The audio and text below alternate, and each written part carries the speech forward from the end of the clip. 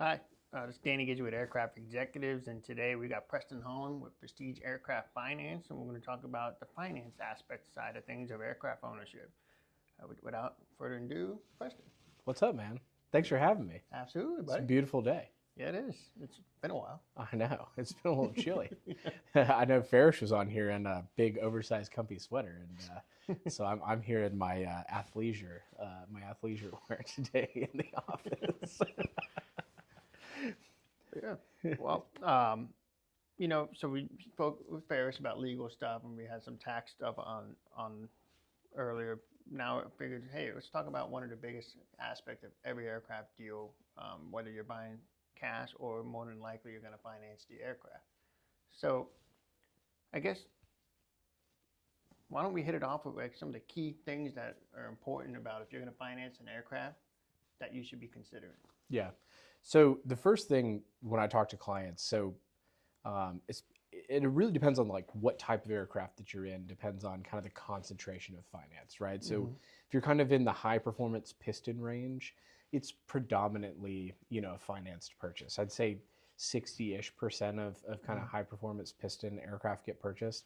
As you move up the spectrum, which this is going to be backwards to what you would imagine, but as you spend more, it actually becomes more of a cash buyer. And that's because when you kind of get into the ultra long range, you're talking about companies that have excess cash. And so instead of, putting their excess cash into 5% treasuries, they're going to just go ahead and pay cash for the aircraft because when it's all said and done, it just makes it easier. So as we kind of think about the different pieces, you want to make sure that you can afford the airplane, right? So don't use finance as a way to stretch kind of your budget, or don't use finance to kind of stretch. Maybe you're thinking about buying a G3 SR22, but I'm going to use finance and buy a G6 because I want X Y Z thing.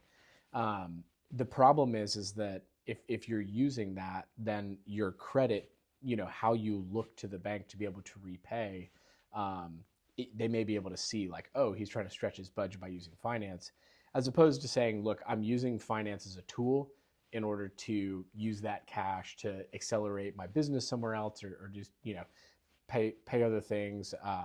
But really using it as like a growth lever as opposed to, oh, I have to finance, right? You think about when you're in college, right, and you're buying your first car, you're like, well, I can't pay cash for my first car, right? I'm a broke college kid, right? I have to have financing. The opposite, you kind of want the opposite in aircraft. Yeah, that makes some sense. Um, what about like long terms? I've heard a lot of things where like people who again are trying to use finance as a tool and they know their budget is a 2010 PC-12, and if it's a 2010 PC-12, I've heard from different vendors and stuff. Oh, we do long-term lengths of X years minus the age of the aircraft. Can you elaborate a little bit more on that? Yeah. So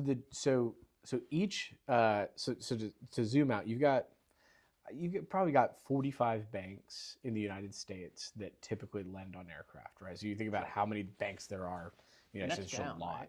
What's that? Is that down or up? Definitely down. I mean, the craziness of kind of the post pandemic, you had commercial real estate, which got tied into kind of the non-core lending, right? So people are pulling out. So we've got down.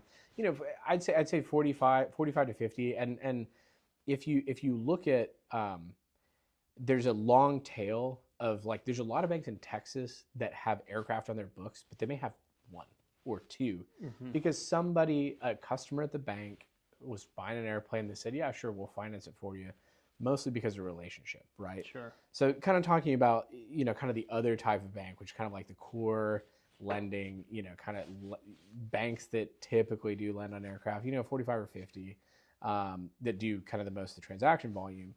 Each bank kind of has different parameter rules for exactly what it is that they will lend on. So amortization is one of those things.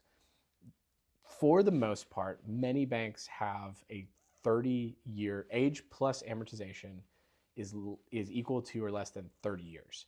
So you have a 15-year-old airplane, 15-year amortization, and then it slides from there. So you have a 20-year-old airplane, it would be a 10-year amortization. 25-year-old airplane, 5-year amortization. Anything older than 30 years, and they're out. So it's 2025 right now. Anything older than 1995, and they're out completely on the transaction. Now, that is a rule of thumb. It is not the law. It's just kind of how they've constructed their portfolios. And so when you're thinking about kind of loan terms, every bank's going to be slightly different in how they in what they will underwrite. There's one bank that I work with pretty regularly. Their rule is age plus amortization has to be less than 26, so it's shorter, right? Others say, hey, as long as the aircraft's under 20 years old, we'll do a 15-year amortization, right? And as soon as it turns over 20, we can be flexible, but we're ticking off 1 or 2 years, right? But it's not just this kind of like hard box. And so each bank has a different appetite for different type of aircraft. Now the PC-12 example that you were talking about, really attractive airplane, hold their value for a long time, because at the end of the day, the amortization is tied to value. It's terminal value. Residual value. So the end of your ownership of the aircraft, which as you know, is much shorter than people anticipate for it to be, for the most part, right? General rule of thumb is that you're going to be stepping up into your next aircraft in the next couple of years. The bank wants to make sure that you're in a positive equity position when you go sell it. Yeah. Right. So that's what the tool of the amortization is, and that's why the rule of 30. And it's not, but that is putting kind of like a generic box is hard because each aircraft model is different, right? Like you think about, I know that your team is like super plugged in the PC-12 market. Like you can probably guess within like a percentage point or two what that thing's gonna be worth at the end of 5 years.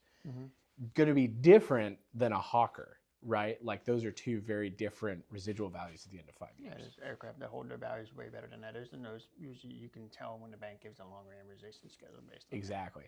Now, if your bank doesn't understand airplanes, they're not going to understand that nuance. And that's where I kind of step in with clients and help the bank understand the airplane and help the client understand kind of what the bank's parameters are and really try and make an optimized transaction for both sides. Got it. And just to recap just a little bit on that, there's an amortization schedule, a part of the loan, which is, you're saying, somewhere between 25 to 30 years, 20 years, depending on the bank. And then there's actually the long-term length. So they do, loan terms are typically 5 years, but a 5-year balloon, or 10-year balloon, or something like that. Typically a 5-year balloon. Sometimes there will be kind of a back-end adjustable renewal. It's typically a 5-year term. When you get to the end of that 5 year, kind of your next option is you can basically roll the balloon into a new loan at present rates. The reason for that 5 year is tied directly to the 5-year treasury rate. Different banks benchmark off of different indices, but really when you boil it all down to it, the 5 year this morning, I was looking at it, climbed again. We're like 4.1%. So they're taking a spread over that 5 year, but it's a 5-year treasury, right, that they're kind of borrowing at. And so they're borrowing at 4.1, they're lending to you at 6.5. They're taking the spread out of the middle. So that's typically why it's 5 years, and then they may reset the interest rate at the end of that 5 years. It keeps the bank in kind of a, I don't know. Cash flow. Yeah, exactly. So they get to reset their economics in the deal every 5 years. And if commercial real estate guys super familiar with it. And there's some banks that'll extend, they'll match amortization. I mean, especially in kind of the lighter market, right? So like single engine turboprop and down, call it kind of that market. There are some lenders that will match the amortization to the term. Sure. Them knowing that you're probably not keeping the airplane for that makes sense. 12 years. When it comes to, so we both deal with usually new buyers. So when you're buying the aircraft, what's the process of getting involved with a broker like yourself? Yeah. And what stages should they be at by the time we get to an LOI or APA? Yeah. So I would say I usually come in, I would prefer to come in pre-LOI, just so that we can go ahead and have an underwriting package. Now, it's tax returns, it's interim financials, it's personal financial statements, it's balance sheets, and then depending on your scenario, we'll kind of go from there. Typically, that package is good for 90 days for an approval, right? So if we are 90 days out from closing, that's a really good time for me to come in. That way we're not rushing. We can actually get the most competitive structure for what you're looking for, as opposed to saying, hey, look, here's our 3 banks that could get it done in the time frame that you want it done.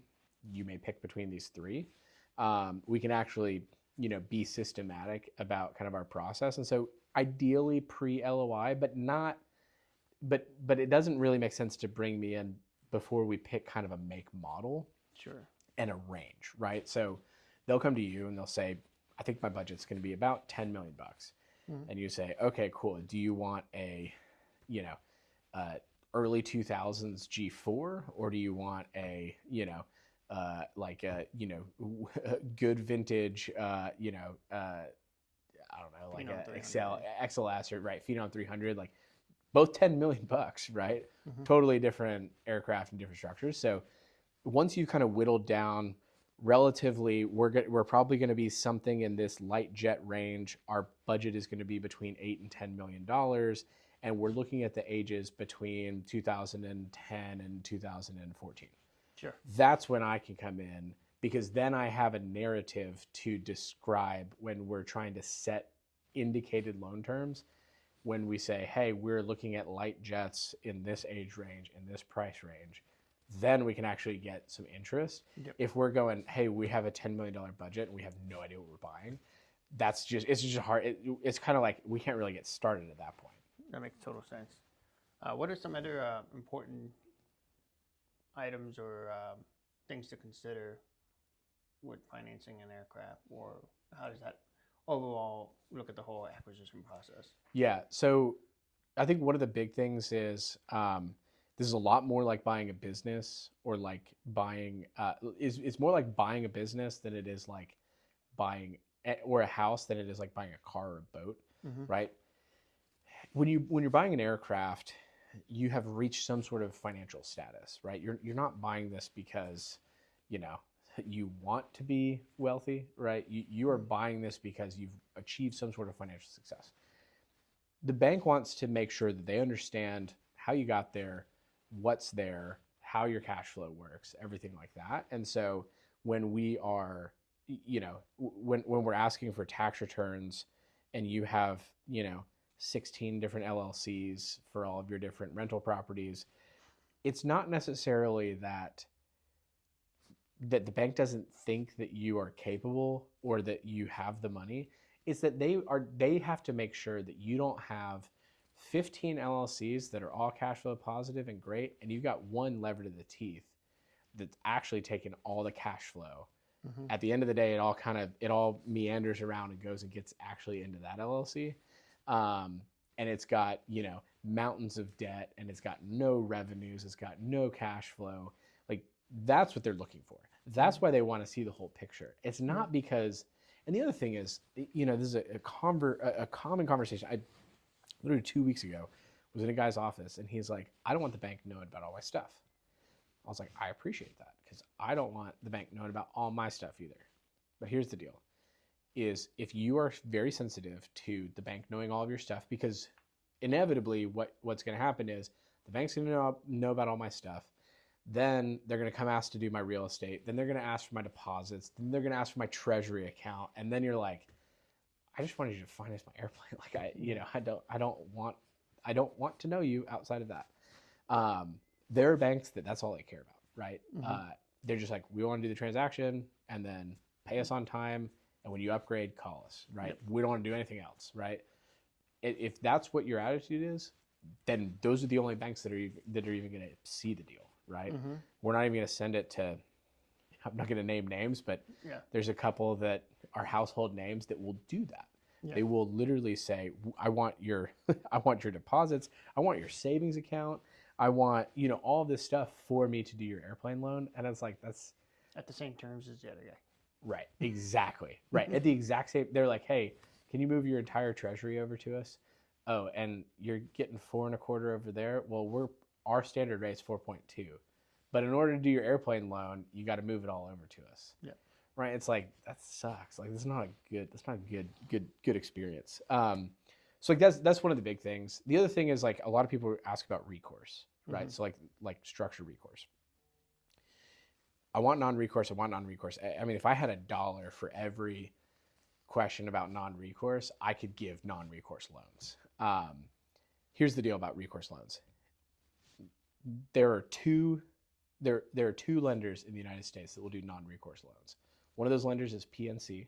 They really won't do a non-recourse loan over 10 years old, and it's 40% down. The other one is Shearwater Capital here in Atlanta. Chris Miller has a great product. It's really not a U.S. lending product. You're paying, 10, 12, 14%. Yeah. Like you're talking about expensive money. It solves a niche for certain people, but not kind of your average banker. Every other lender in the United States has a recourse component to it. And even then, almost all of them are going to require a personal guarantee along with a corporate guarantee. The fact of the matter is that if you're in the airplane right, and you work with an acquisition team that makes sure you don't overpay for the asset, you put enough money down, so that's your 20% into the deal at minimum, right? So 20% down, 80% advance rate, and you've bought a good asset that's not going to absolutely lose its butt. Like, you're going to be okay. You are more than likely not going to go default on the aircraft. Yeah. Now, you might get your equity position wiped out, and that's a bummer. But if you're staring down the barrel of a default, you probably have a lot of other things going wrong. Like, the airplane is actually probably one of the least of your worries, frankly. And and that's where, like, inventory brokers come in, right? And I know you and I have had this conversation about inventory. Like, I don't know, if you had a customer that you helped buy an airplane call you and say, hey, look, I had a deal go completely sideways and the dominoes are falling and it's looking like I might go default on this airplane. Like, I mean, what, like, are you just gonna hang them out to dry? No, we buy it off them. Right. Literally, you will buy it. Like, not, hey, we have a buyer that'll come buy this from you. It's like, like, we will personally buy it, right? Yeah. So that's what I explain to people is, look, especially if you're working with a really good acquisition team, right? Now, if you're working with a fly-by-night broker who doesn't have inventory capacity, who doesn't have, you need to work with the right team in order to have that backstop. But at the end of the day, like, the airplane bank is, I'm not going to say they're definitely not coming to take your house, but, like, there's a lot of bad things that need to happen before you go bankrupt based off the airplane loan. Yeah, and I feel like the only way, correct me if I'm wrong, but the only reason you would go default on an aircraft is refusing to give it up, one. But then two is you're in a really bad position. Exactly. Yep, exactly. No, that's exactly right. And it's easier to default than it is to try to get out of it. Right. Yeah, exactly. And so in that case, it's recourse. And you have to remember that the bank is essentially another, it's a person on the other side, right? And so if you're into the airplane wrong and your best option is to fold it up and throw the keys back over and there's no recourse, you're throwing the keys back over to another person, right? Like, at the end of the day, right? Yeah. Somebody owns that bank, right? Even if it's a lot of people. And so, that's the whole thing about recourse is, yes, is it scary to have to sign over personally guaranteed debt? Of course it is, right? On a depreciating asset, of course it is.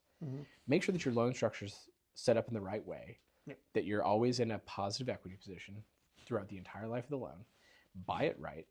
Make sure that you buy something that's not going to fall off a cliff. And for the most part, not financial advice, and I'm not going to guarantee that you're not going to go default to the airplane, but for the most part, you set yourself up for success over the long term. Yeah, makes sense. So, yeah. And so I think those are things, kind of my most common questions. The other thing is, I want to put as little money down as possible. And the dangerous part about that is exactly what we just talked about, is that you're no longer maintaining a positive equity position in the aircraft over the life of the loan. Now, it may not matter to you. You may just not care. And you want the asset to carry as much of the value over the longest period of time. of loan value for whatever reason. You like liquidity, you have some sort of bad experience of being illiquid at some point in your life. But really, when you go to sell the asset and you have to go cash into the loan to get out of it, like you're selling the airplane, you're probably upgrading. So you're having to, you're having to basically put the difference of the VIG like between the two. Mm-hmm. And now you're having to pay off the other loan with a little bit extra because you're upside down in it. Like that's a terrible end of ownership. The only places experience. you really ever see that is like cars. Right. Exactly. Like high-end or some cars where people flip them too early or something like that. Right. Exactly. Mm-hmm. And they probably got ripped on the front, right? They probably got, because it's a dealer scenario, right? They didn't know what they're buying. Mm-hmm. You're not hiring a broker necessarily. You're not hiring buy-side representation necessarily on a supercar. Yeah. And this is why, like, I don't know, like, and this is, ironically, you're going to think I'm saying this because I'm on a broker's podcast. That's not what I'm saying. This is why I get so passionate about people hiring buy-side representation on aircraft transactions of $750,000 and more. Mm-hmm. Because what you're going to pay that broker is going to pay for itself in spades. Oftentimes on the front end, like oftentimes during the transaction, they will save you multiples of their fee. The other one is on the backside, they're going to save you multiples of their fee on the residual value. Mm-hmm. So between the two of those, it's like you're very smart. You've gotten to a point where you're buying an aircraft because you're good at business, but going unrepresented is one of the dumbest things you can do in private aviation in general, right? Because that is how you get absolutely hosed. And I've literally watched it happen on the getting hosed side. And then I saw it happen. I just had a transaction that closed on Tuesday. Been working with this guy since October. We had an approval since before Christmas. The problem was there's an APU issue. And basically Honeywell was, shockingly slow on their supply chain. I know that that's incredibly surprising to you. But the buy-side broker, the sell-side broker basically said, hey, we'll do a holdback. So we'll do a holdback of $100,000 that will fix the APU issue. And we can go ahead and close. But 100,000 is all that it's going to cover. Buy-side broker said, absolutely not. We're not doing that. Pushed. Transaction gets kicked out by 3 months. But the sell side ended up having to pay over $300,000 for the APU repair. That is basically, it's a $200,000 spread. Had the buyer taken that deal, would have been out $200,000. Mm-hmm. They paid the broker far less than $200,000. But that's the difference. If he went unrepresented, he most likely would have taken the holdback, because the sell side broker is going to give him the whole spiel of, oh, it's no problem. It's just a fan blade that needs to get fixed, right? Yada, yada, yada. But that hurts in the residual value. It hurts in the life of the ownership. There's a lot of things that hurts with. So that's why it's important to have really good buy-side representation. Yeah. Because I've seen really bad buy-side representation too. Well, I feel like at the end of the day in our industry, it's all about positive experiences, especially for first-time buyers. Yeah. You have to really protect those people to make sure they have a positive experience, to make them be those people who keep upgrading. Right. And too many times, too often, you see these people who got hosed on that first deal and they're out. Right. Or then they just don't trust anybody in the industry and stuff. And that's just not the way to go. We can get everyone in the right situations, but they have to hire actual representation to get that. Right. They don't know how to do that. Yeah. What's something that you hear, like, as far as like pushback? I mean, the big thing I hear is like, why should I pay you a fee to buy my aircraft? What happens when somebody refuses to pay the actual fee and they go represented for free? So, a couple things. So we actually recently lost a client who didn't want to pay our fee, and a couple of times, like one time we lost a client who thought our fee was enormous, and then we were trying to rip them off, and they got someone else to do it for half the price. Well, that person that's half the price was a pilot who's never sold an airplane in their life. It's like, yes, the pilot knows how to fly an airplane, she knows the systems, but they don't know how to buy and sell aircraft. Like, this isn't what they do in a day-to-day business. Like, if your business was, the AC business, like, the ins and outs of ACs and all the different things, which ones work, which ones don't, whatever. a pilot is trained usually on one aircraft. Like they haven't been trained on all the aircraft, so they don't have an experience dealing with all that. Like yes, a pilot is what we call the influencers for the actual buyers. And pilots are usually a good influencer on those people. But to pay your pilot to be your broker is not usually the best case scenario. And then, in a game of percentages with such a large purchase price, if you're going to pay your pilot to sell your $1 million airplane, I get it. Yeah. Right. He's on salary, or you've already you have a really good relationship. You're going to pay him $20,000 to sell your airplane. I get it. Yeah. But on like a $10 million business, like a Phenom 300, like if he loses you 0.5%, all of a sudden, like it's significant.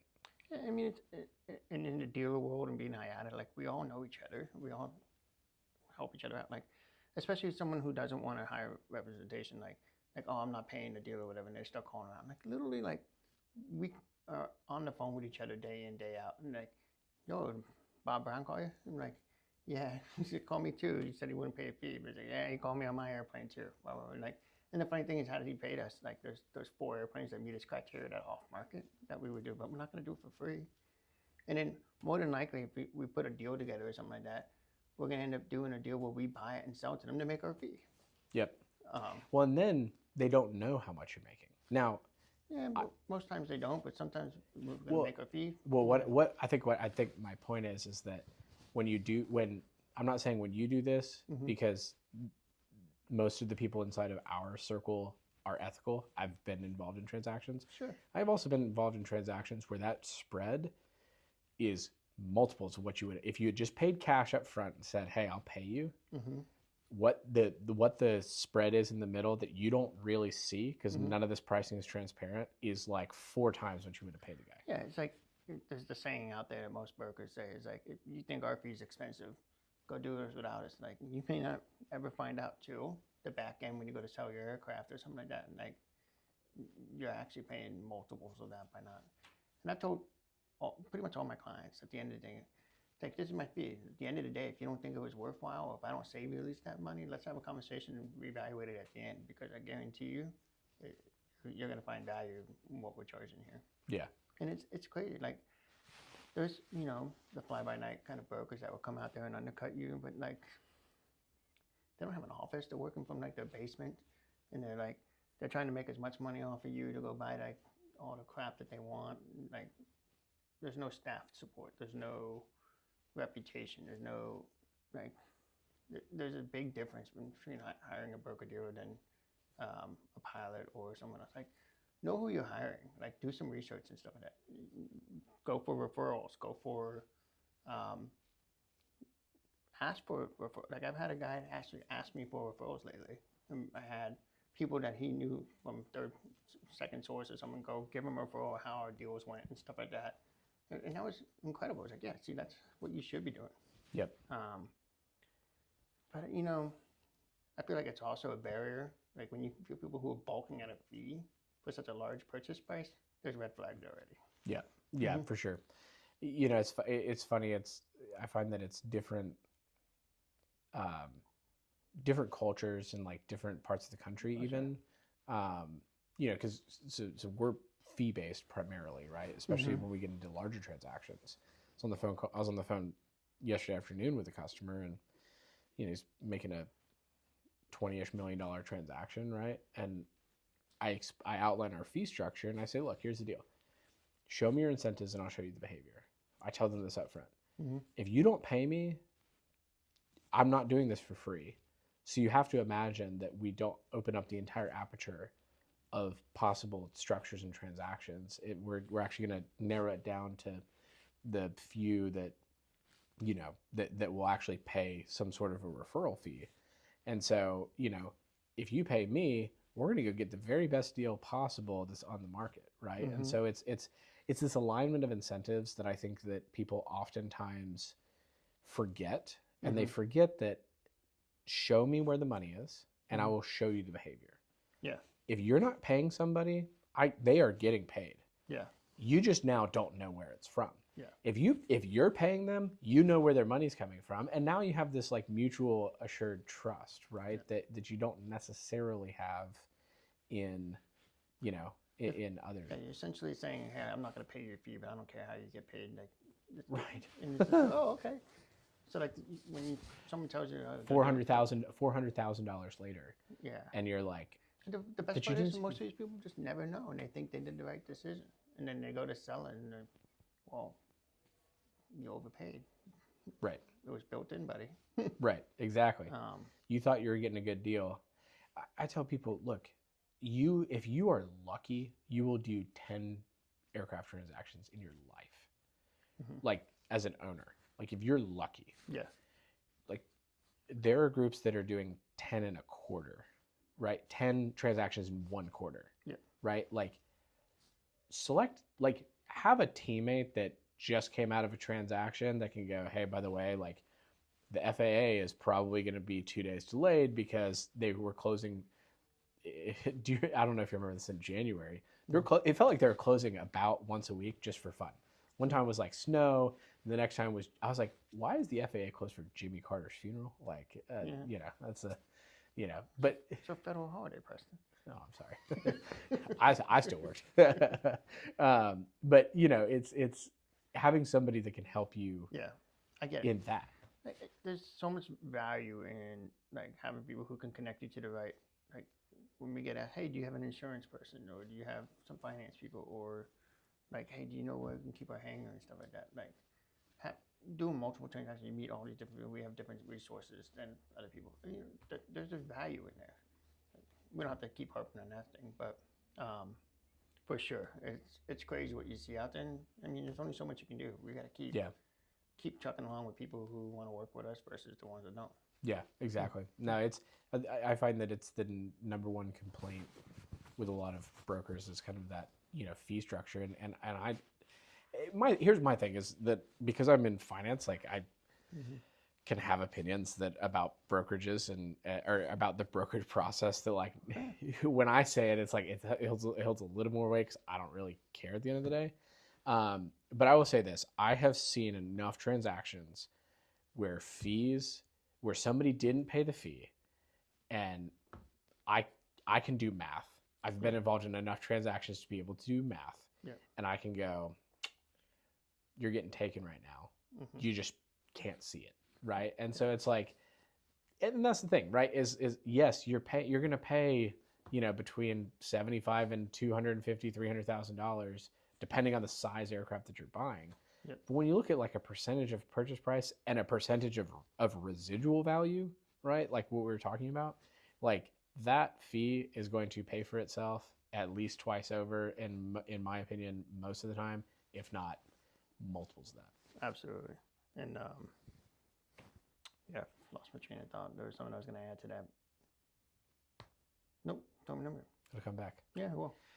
So a big news topic recently was Trump talking about bonus depreciation. Do tell more. We all know how that relates to almost all transactions. Yeah. It's so it actually doesn't make sense for everybody. This is something that Angel actually taught me. We were working on a transaction and the guy's talking about bonus and blah, blah, blah, blah, blah, blah, blah. And she goes, well, actually, the way that your intrastate situation works with your multiple entities, you're actually going to be better off taking straight line depreciation than bonus depreciation for XYZ reasons. Yep. I'm not a tax professional. Call Angel. That's not what I'm here for. What I'm here for is if you do take bonus depreciation, the math most of my clients are doing is I'm going to take the 100% bonus depreciation on the aircraft at a 37% tax bracket rate. Essentially, my 20% down payment is going to be returned to me in tax savings. And so now the 80% that I have the loan on the aircraft, the bank is basically going to carry that as opposed to me carrying the 20% because I got it back in tax savings. The bank's going to carry the 20%, and as long as I buy right, 80%. As long as I buy right, that will ride for the term of the loan, and then I'm out of it. Now you have to pay monthly payments. That is not a cash flow situation, but it's more of like thinking about it in terms of, you know, debt and equities, right?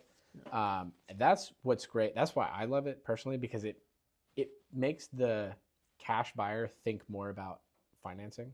Yep. Because they're going, oh, well, If I finance my cash, I'm basically kicking the tax guy down the road, and I'm amortizing the tax guy, and now I'm using my whole cash, that 100% that I would have put down, and I'm going to go deploy it in, my business is making 14 or 16 or 18% IRR, right?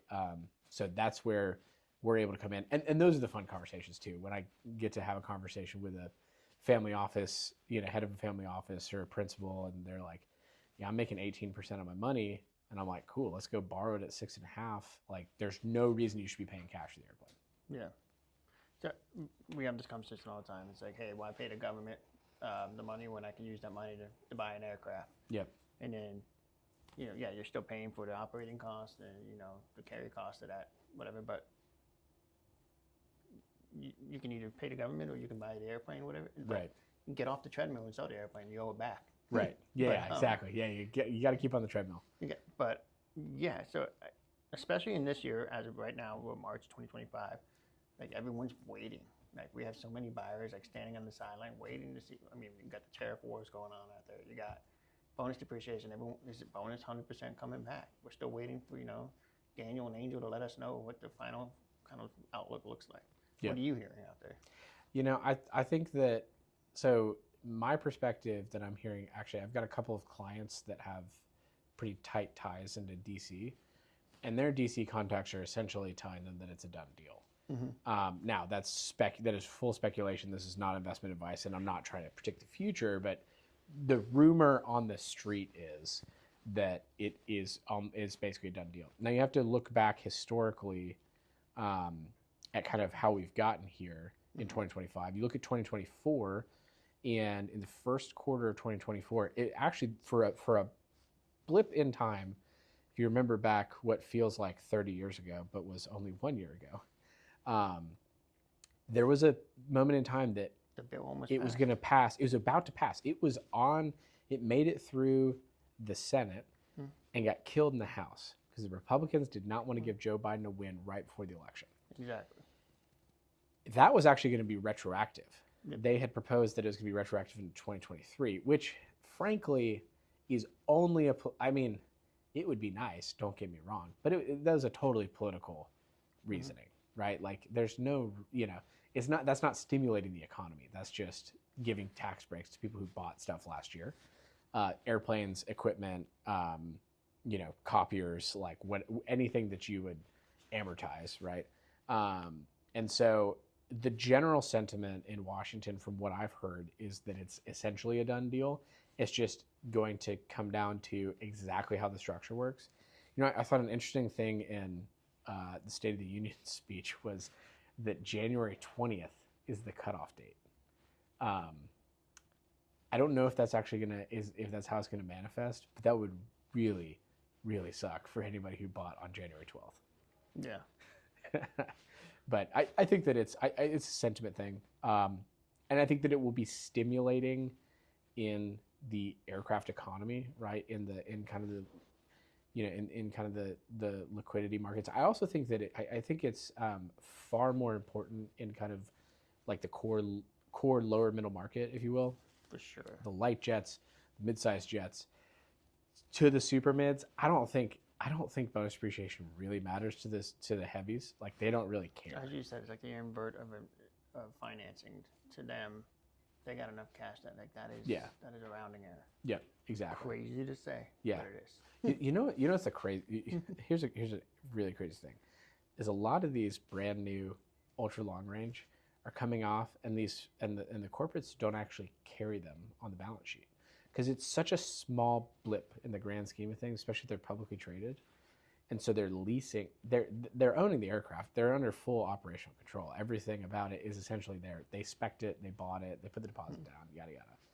But then they're leasing it off of somebody else's balance sheet because, a $70 million aircraft on a $1 trillion balance sheet is like, your accountant sneezes and forgets where that went, right? Yeah. And so they're leasing it because they're like, it's just not worth the public scrutiny, and they're not they're not paying 6.5%. I'll tell you that they're not. It's not cheap interest. So no, I think it's more about the public scrutiny. Exactly. Yeah. Mm-hmm. Yeah. That's a totally different class of buyer. Oh yeah. It's the light jet, mid-sized jet, the XLS buyer, the Ascend buyer. Do you have any customers that are thinking about the Ascend? Currently, no.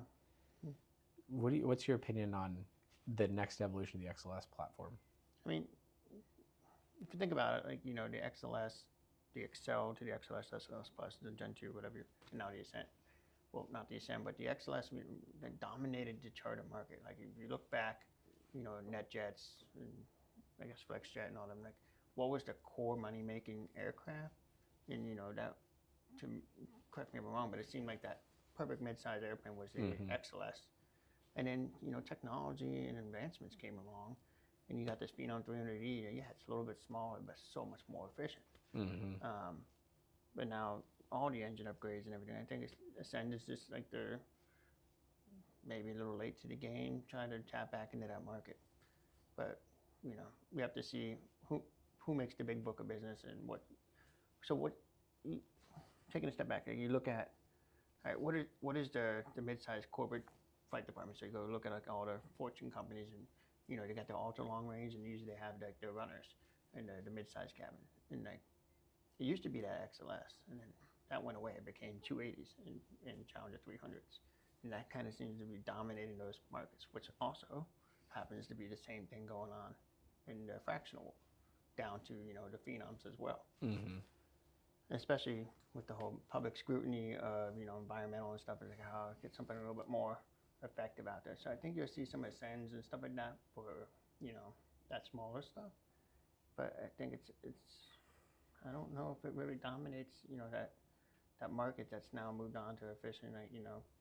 Yeah, I think I mean you look at the XLS market, and it's I mean there's a ton of charter XLS. I mean you could fly exclusive with flying Excels and XLSs, and they're you know kind of they're kind of dominating the like wholesale charter market right now, from what some of my broker buddies have said, because it's really efficient. Because like it's a mid-sized jet, so you can charge more from an optics standpoint than you can charge for a Phenom. It's a little faster. It's a little bigger. I don't even know if it's fast. I mean, it's like I think it's like at parity, right? But because it's a mid-size, it's not a light jet. Yep. You know, my favorite is people like, oh, the Phenom 300 is a super light jet. I'm like, let's just like let's quit with all these like supers and varies and all that. But so they can charge more, but it's really efficient.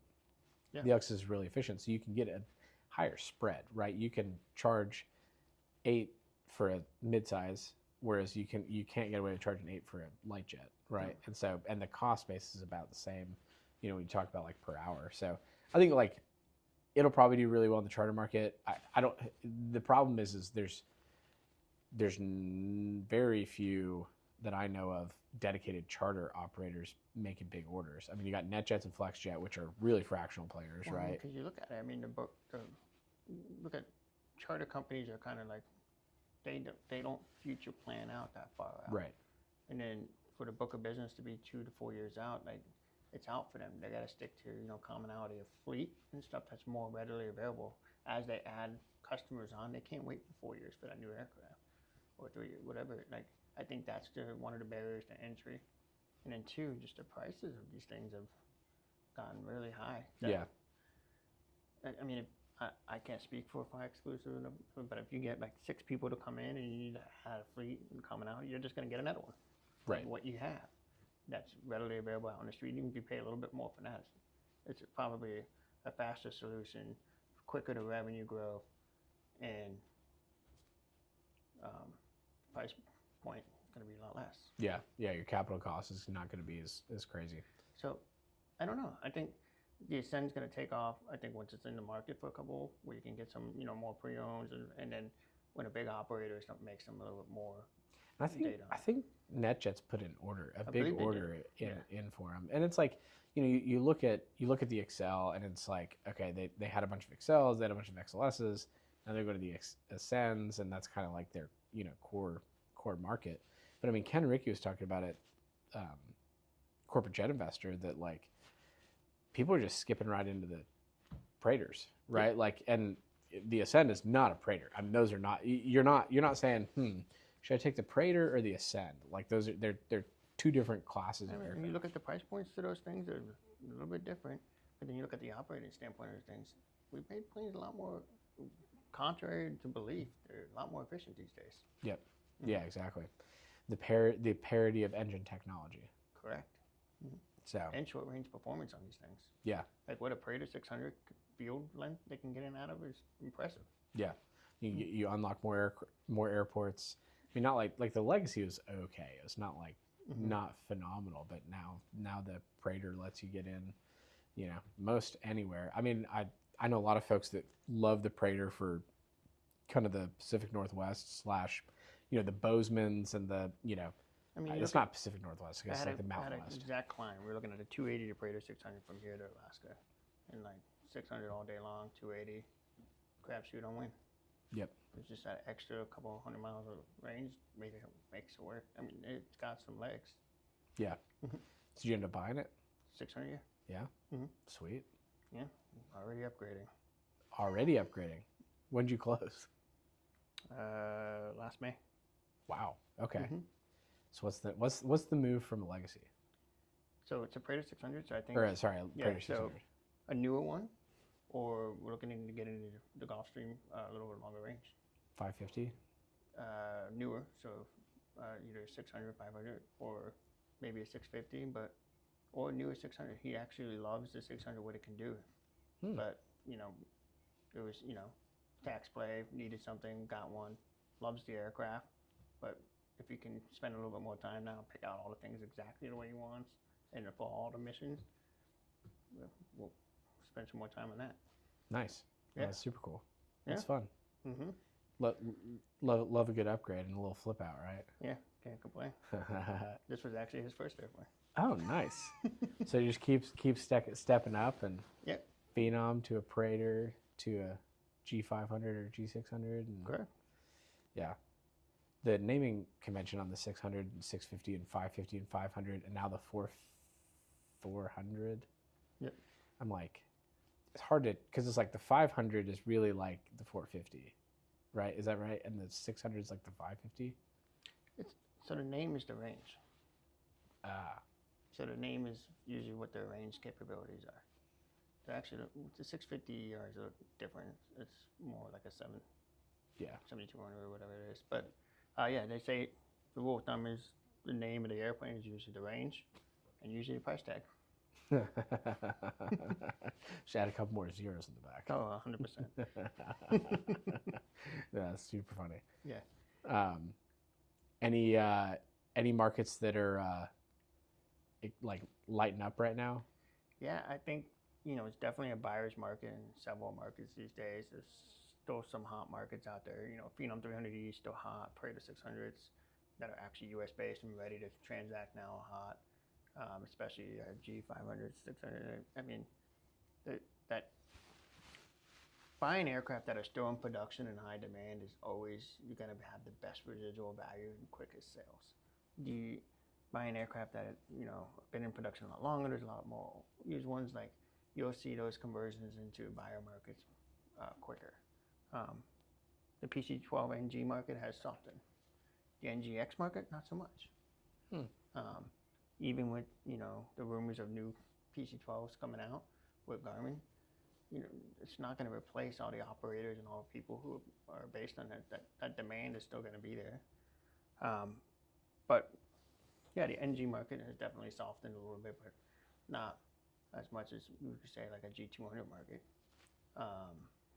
Then it's kind of, right now everyone's kind of in a neutral, because I feel like, from my consensus talking to a lot of people, there's still a lot of people busy, and especially in the ultra network and the ultra long range and bigger things, they're not affected by the economy and stuff as much as the mid-size and those people down. Those mid-size and lower kind of people, are waiting to see what's going on with the tariffs, how they affecting my businesses, what's going on with the bonus depreciation, because as you said, use financing as a tool for your thing, but a lot of people use bonus depreciation based on the budget of what they're going to buy, which is interesting, because it may play into, are you stretching your budget because of the bonus depreciation, or is it just a cash flow tool? Like, think about it.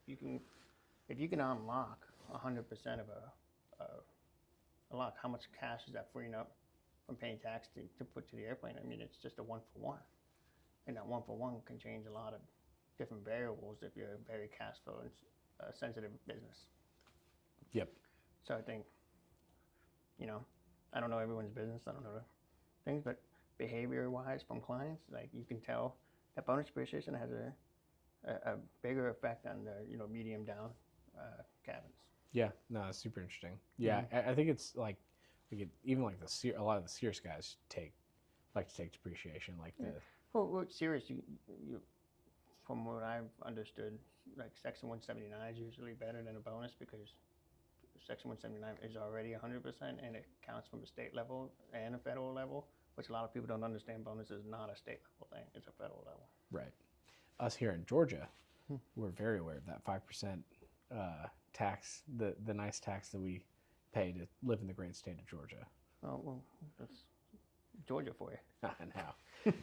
Funny thing is, I live in Georgia and I can see Tennessee almost from my front yard.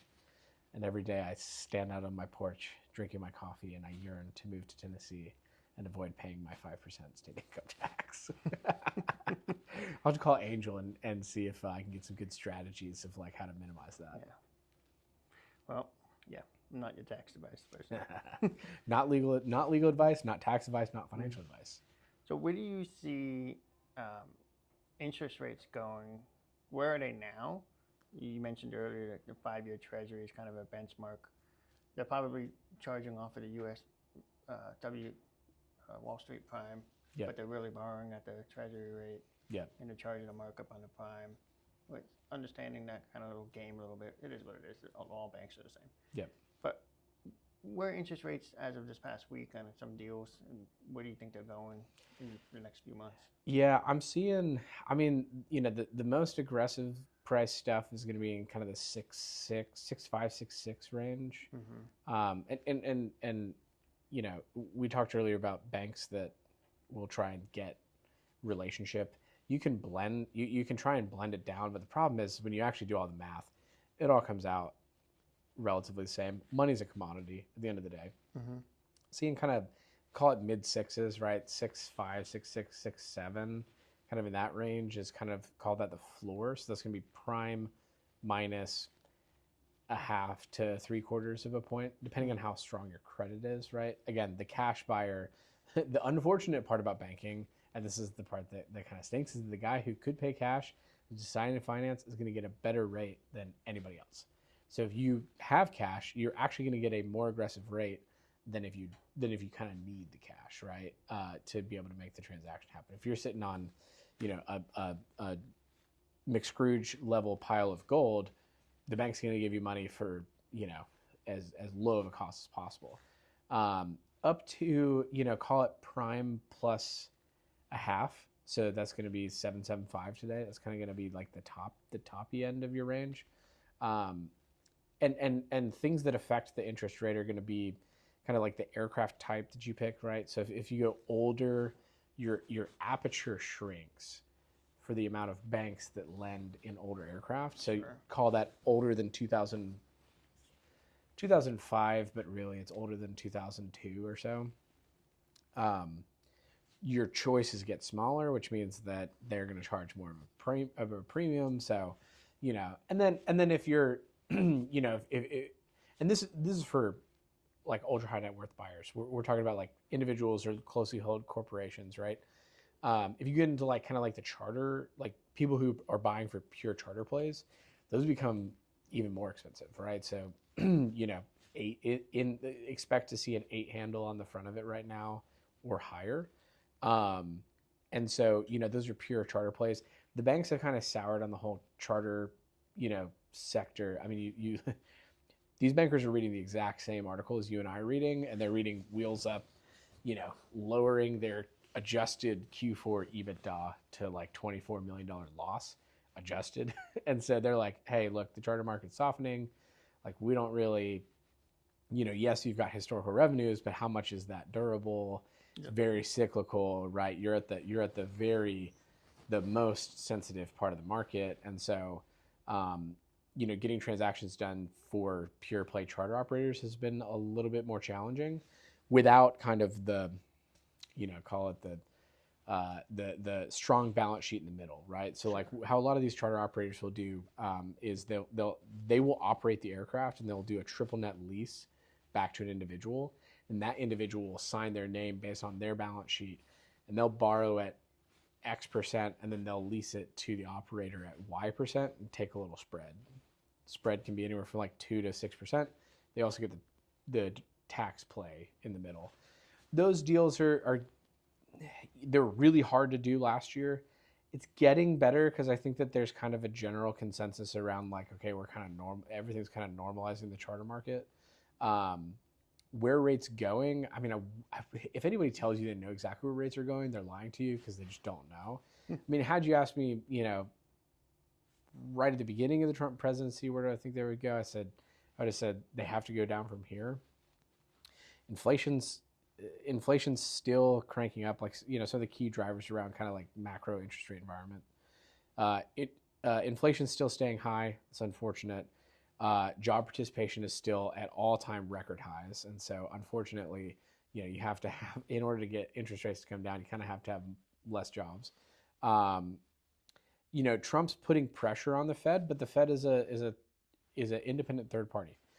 They are not privy to they don't answer to the president. So he's putting pressure on them to lower rates. Jerome Powell's a real stubborn guy, so I don't know if I see it. And the other thing is that, and this is an interesting kind of tidbit point, is the actual rates in the market are not directly tied to the Fed funds rate. Mm-hmm. People definitely think they are. So the Fed funds rate is kind of the price of U.S. debt at the end. Essentially, it's like big, mechanics. And an interesting last fall, there's an interest rate. So there's the first kind of round of interest rate drops that really did help bring lending rates down, and then we had a second interest rate cut at 25 basis points. My phone starts ringing the next week and says, "Hey, interest rates have gone down. Like, what are we looking at airplane lending wise?" And I said, "Have you looked at the 5-year?" And they said, "No." I said, "Well, actually, it went up after the Fed cut its rates." So, like, right, people expect that as the Fed cuts, like general interest rates go down. Well, Fed cut interest rates went up in December. Kind of end of November, early December period. And we had a lot of volatility kind of going in through over the cross of the year. Who knows what kind of, there's uncertainty built in, the invisible hand of the market. But the Fed funds rate is not directly correlated to your interest rate coming down. The 5-year today has been, this week and last week has been testing the 4% mark. We broke it, Monday. Today's back up to 4.1, right? So you're talking about, 15 basis points of volatility there. Like, that means that we're not settled. We don't know exactly where it's going to go. Mm-hmm. And so those are the key indicators to like watch necessarily. If it, I'd say. How does the prime rate relate to the Fed rate and the 5-year rate? Oh, that is like a very good question for my finance professor in college. They're cousins, but they're not. The Wall Street Journal prime rate is much more steady, mm-hmm. right? So the 5-year is going to be incredibly volatile. I think the Wall Street Journal gets reset like every couple of days as opposed to every day, and typically it's changing in kind of like because the prime rate is used in a lot of people's credit borrowing, so that they don't make it as volatile. So right. It's all related, but it's just it's see and react versus just constant reactions. Exactly. Okay. Yeah. So the prime rate's going to be more steady. It's going to be so you're looking at the other one to look at is the SOFR rate, the Secured Overnight Funds rate, is less volatile than 5-year, but more volatile than the prime rate. That's another one to look at. You at that point you're looking at daily interest compounds. In the grand scheme of things, we're talking about like hundreds of dollars of swing on $20,000 payments, like $100 or $200 swings. So yes, you may want to take a variable rate.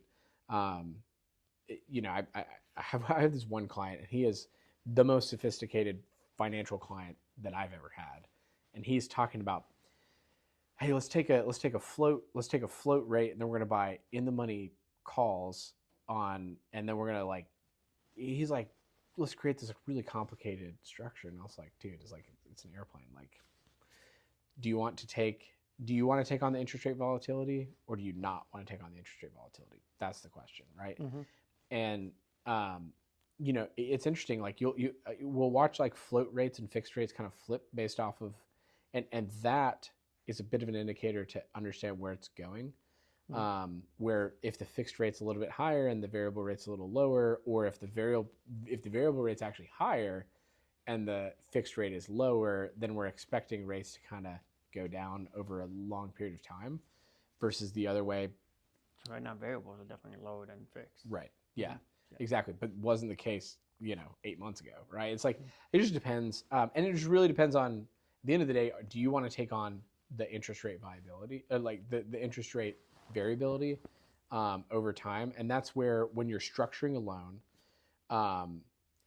being conscious and aware of your prepayment penalties, what are my options to fix my rate, right? So you can do kind of like complicated ways. There's complicated ways to do that, and there's not complicated ways. Do I want to take the variable and ride it down to the bottom because I think it's going to the bottom, or do I want to fix it into a long-term fixed rate? Most clients are like, I just want it fixed. I want limited prepay and a fixed rate so that I have optionality, but I have some confidence. Others are saying, hey, look, I'm very confident. And a lot of times the variable rates have limited to almost no prepayment penalties. So you can fix it down the road if you want to. Got it. It just depends on like what your appetite is, and if your CFO is feeling Sure. feeling risky that day, right, which is very few days. So Well, I think we're out of time, so we're gonna wrap it up. no, this is fun, man. Thanks for having me. Anything you want to wrap it off with, or No, I think that's it. This has been a lot of fun, and Yeah. love the content that you're putting out. And Yep. yeah, we'll have to call me again when money's a little cheaper, and then we'll have a lot more fun stuff to talk about. It's been 2 year, basically 2 years of, yeah, sorry, interest rates are going back up. So Well, thank you so much. Any questions about aircraft finance, reach out to Preston over at Prestige Aircraft Finance. And thank you so much for your time.